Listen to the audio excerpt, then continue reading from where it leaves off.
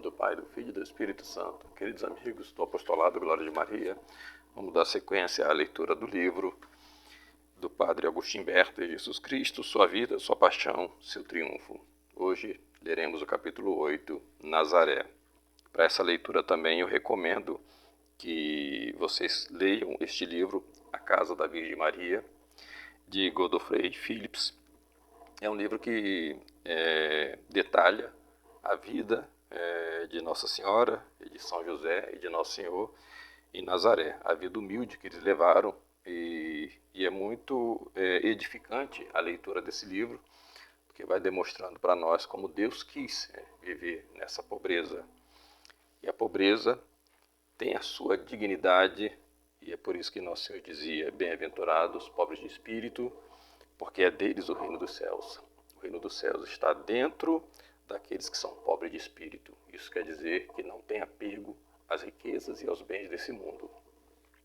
Isso é muito diferente do que diz a teologia da libertação em sua doutrina de amor aos pobres. Há pobres que não são pobres de espírito, e há ricos que são pobres de espírito. Pobreza não é sinal de santidade, mas sem dúvida nenhuma é um início de um bom caminho para o desapego das coisas desse mundo. E por essa razão que Nosso Senhor quis viver na pobreza de Nazaré. Situada no centro da Galileia, Nazaré não contava mais de 3.000 habitantes, todos artesãos e trabalhadores. Cidade humilde de gente humilde. É neste humilde vilarejo que Jesus passou os dias da sua infância e da sua adolescência. Lá, seus compatriotas viram-no crescer em sabedoria e em graça. Embora seu exterior não o distinguisse dos outros meninos, suas virtudes precoces revelavam uma alma privilegiada. Aos 12 anos, o adolescente devia observar as prescrições da lei. José e Maria conduziram, portanto, Jesus a Jerusalém por ocasião da festa da Páscoa. Jerusalém era a cidade santa por excelência, e ali ficava o Templo de Jerusalém, o único local permitido pela lei para se fazer os sacrifícios.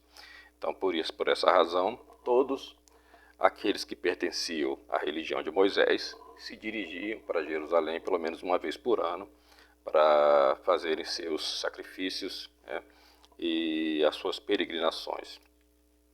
E por isso Nosso Senhor foi também com a sua família aos 12 anos. Era a primeira vez que ele ia para Jerusalém durante a Páscoa. Eles não tinham mais de temer Arquelau, filho de Herodes, que já havia morrido, que havia sido banido da Judéia e relegado pelo imperador aos confins da Gália. E se juntaram com o menino às numerosas caravanas que se dirigiam à Cidade Santa. Assim, pela primeira vez, Jesus pôde assistir aos sacrifícios, contemplar as vítimas sobre o altar e ouvir os doutores explicando ao povo os textos sagrados. Uma vez terminada as solenidades, as caravanas se puseram novamente em movimento. Nessa ocasião, as caravanas iam separar dos homens das mulheres. Por essa razão, São José foi numa caravana e Nossa Senhora foi em outra caravana. São José julgava que o menino Jesus estava na caravana com Nossa Senhora, e Nossa Senhora julgava que o menino estava na caravana com São José. José e Maria chegaram assim ao cair da noite perto de Betel, primeira parada no caminho de Jerusalém, a Nazaré. Eles procuraram o menino entre os jovens de sua idade, mas por mais que percorressem todos os grupos e pedissem informações a cada um, tudo foi em vão. Ninguém o tinha visto. Cheios de angústia, eles voltaram pelo mesmo caminho e atravessaram novamente as portas da Cidade Santa. Durante 3 dias, eles exploraram as ruas e as casas onde, segundo todas as aparências, poderiam encontrá-lo, mas inutilmente. Por fim, subiram ao templo, esperando encontrá-lo nas galerias ou nas salas que cercavam os santos átrios. Era a hora em que os doutores mais célebres davam suas lições na grande escola da sinagoga. Naquela época, ouviam-se nela o ilustre Hilel, que presidiu o grande conselho durante 40 anos, o Risto Shammai, seu êmulo, e com grande frequência seu adversário, o douto Jonatas, que traduziu para o caldeu os livros históricos e proféticos, e outros eruditos bem versados na ciência das escrituras. Aos pés desses renomados mestres, multidões de discípulos bebiam com avidez as palavras de sabedoria que saíam de suas bocas. Qual não foi a perplexidade de José e de Maria quando, ao ingressar naquele recinto, encontraram em meio aos doutores o menino que buscavam havia 3 dias. Maior ainda parecia ser a admiração da assembleia. Em meio aos discípulos, Jesus havia inicialmente ouvido as lições dos nobres anciãos. Em seguida, ele os havia interrogado, e suas perguntas pressupunham uma inteligência tão viva e tão profunda que todos, mestres e discípulos, tomados de admiração, se perguntavam uns aos outros de onde vinha aquele adolescente, uma ciência que naquela idade ele não podia ter extraído dos livros dos eruditos. Mais tarde, quando Jesus, naquele mesmo templo, lhe pregou sua doutrina, aqueles mestres de Israel puderam se recordar do pequeno Galileu, que aos 12 anos de idade os confundia pela prudência das suas perguntas e pela sabedoria das suas respostas. Nesse meio tempo, José e Maria se aproximaram do menino, e do coração da pobre mãe escapou esta carinhosa queixa: Meu filho, que fizestes? Eis que há 3 dias teu pai e eu, profundamente aflitos, incessantemente te procuramos. E por que me buscavas? Respondeu ele com doçura. Acaso não sabias que devo me dedicar por completo às coisas de meu pai? Maria ainda não compreendia, naquela época, todo o plano da missão divina que Deus havia confiado a seu filho. Ela conservou estas palavras em seu coração como uma luz vinda do céu para iluminá-la em sua conduta para com Jesus. Quanto ao menino, depois de ter mostrado sua absoluta submissão às ordens de seu pai, ele saiu do templo com seus pais e retornou a Nazaré. A natureza havia feito desta cidade, onde Jesus passaria sua juventude, a mais profunda das solidões. Cercada de montanhas que a isolam dos rumores deste mundo, ela forma sobre suas encostas um vasto anfiteatro, donde os habitantes dominam um vale ridente coberto de figueiras e de olivais, de vinhas e de campos cultivados. Deste vale, o olhar do homem, limitado de todos os lados por colinas, só pode se elevar em direção ao céu. Foi lá que Jesus quis inaugurar o reino de Deus antes de pregá-lo aos homens. Desde o pecado original, ao invés de deixar Deus reinar em seus corações, os filhos de Adão consideravam a si mesmos como deuses e não reconheciam outros mandamentos senão os imperiosos desejos de suas criminosas paixões. Novo Adão, que veio à Terra para restabelecer o reino de Deus, Jesus começou por mostrar a todos em sua pessoa o modelo costumado do homem inteiramente submisso ao Pai do céu. Ao invés de seguir as leis do orgulho e de se erigir em divindade, o homem-deus foi visto assumindo a forma de um humilde servo e se submetendo ao seu Pai, até ao ponto de não ter mais outra vontade senão a deste. Ele foi ainda mais longe, sendo o Criador do céu e da terra, obedecia a José e a Maria, suas criaturas, como ao próprio Deus. E não somente, ele não cometeu nenhuma falta, mas rompeu abertamente com os vícios que impelem um homem caído a calcar aos pés os mandamentos divinos. Riquezas e magnificências cobiçadas pela avareza, dignidades e prazeres perseguidos pela ambição e pela luxúria, todos estes falsos deuses desprezou.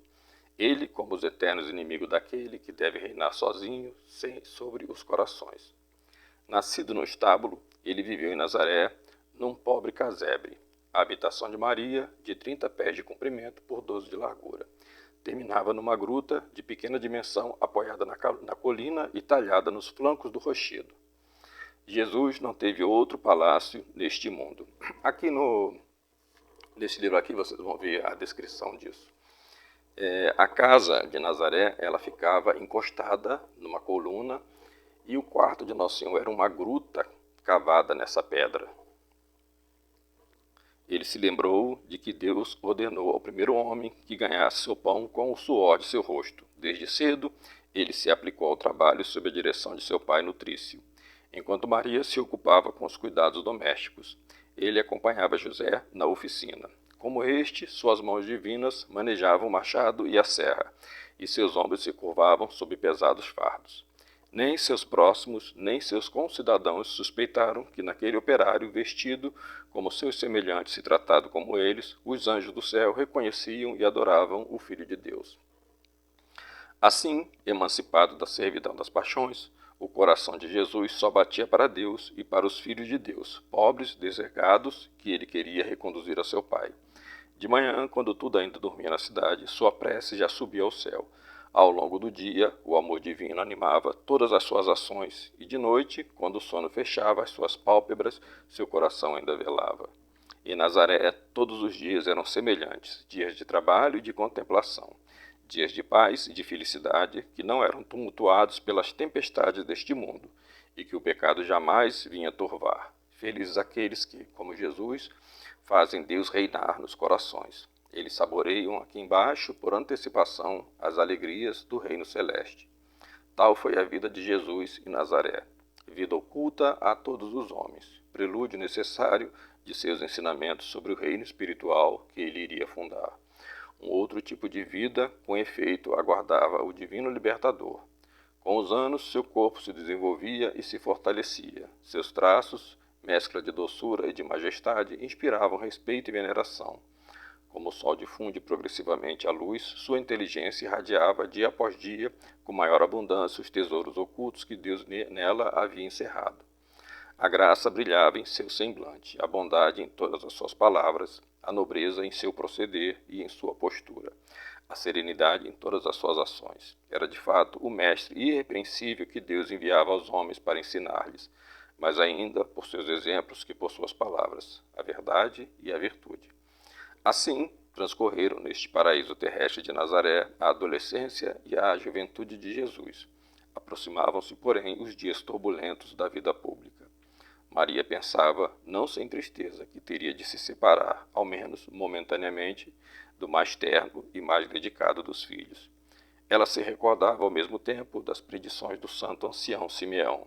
Parecia-lhe ouvir o rumor das contradições de que Jesus seria objeto, e a pobre mãe já sentia a ponta da espada partir-lhe o coração. Lágrimas escapavam de seus olhos quando ela os fixava sobre o seu Jesus. Além disso, para pressagiar essa separação, o luto entrou na Santa Casa de Nazaré. O santo patriarca José, tendo cumprido a sua missão na terra, adormeceu com o sono dos justos. Uma última vez, seus olhos repousaram com amor sobre o Filho de Deus e sobre a filha de Davi, aqueles dois tesouros que o Pai do céu havia confiado à sua guarda. Enquanto Jesus o abençoava, sua alma, levada sobre as asas dos anjos, levantou voo rumo ao seio de Abraão. Permanecendo só com sua mãe, Jesus lhe falava com amor a respeito da grande missão que ele deveria cumprir. Este pensamento o ocupava constantemente, enquanto aguardava o momento de se manifestar ao mundo para a glória de seu Pai e a salvação das almas. Ocasionalmente, desde as montanhas que coroam Nazaré, seus olhos avistavam as cidades e vilarejos, que muito em breve seriam o cenário de suas pregações. O belo lago da Galileia, o majestoso Tabor e os veneráveis cumes do Carmelo, que lhe ocultavam ao ocidente as nações que jaziam à sombra da morte. Seu olhar divino vislumbrava no horizonte distante as margens do grande mar, os numerosos povos que viriam a Jerusalém venerar seu túmulo, e seu pensamento se fixava por um instante sobre aquela Roma, futura capital do seu império, para cujas cercanias os anjos transportariam um dia a Santa Casa de Nazaré, então devorado por um santo zelo. Ele suplicava pelos inúmeros milhões de almas que convocadas a constituir o reino de Deus e pedia a seu Pai que apressasse o dia em que lhe seria permitido anunciar ao mundo o Evangelho da salvação. Em nome do Pai, do Filho e do Espírito Santo.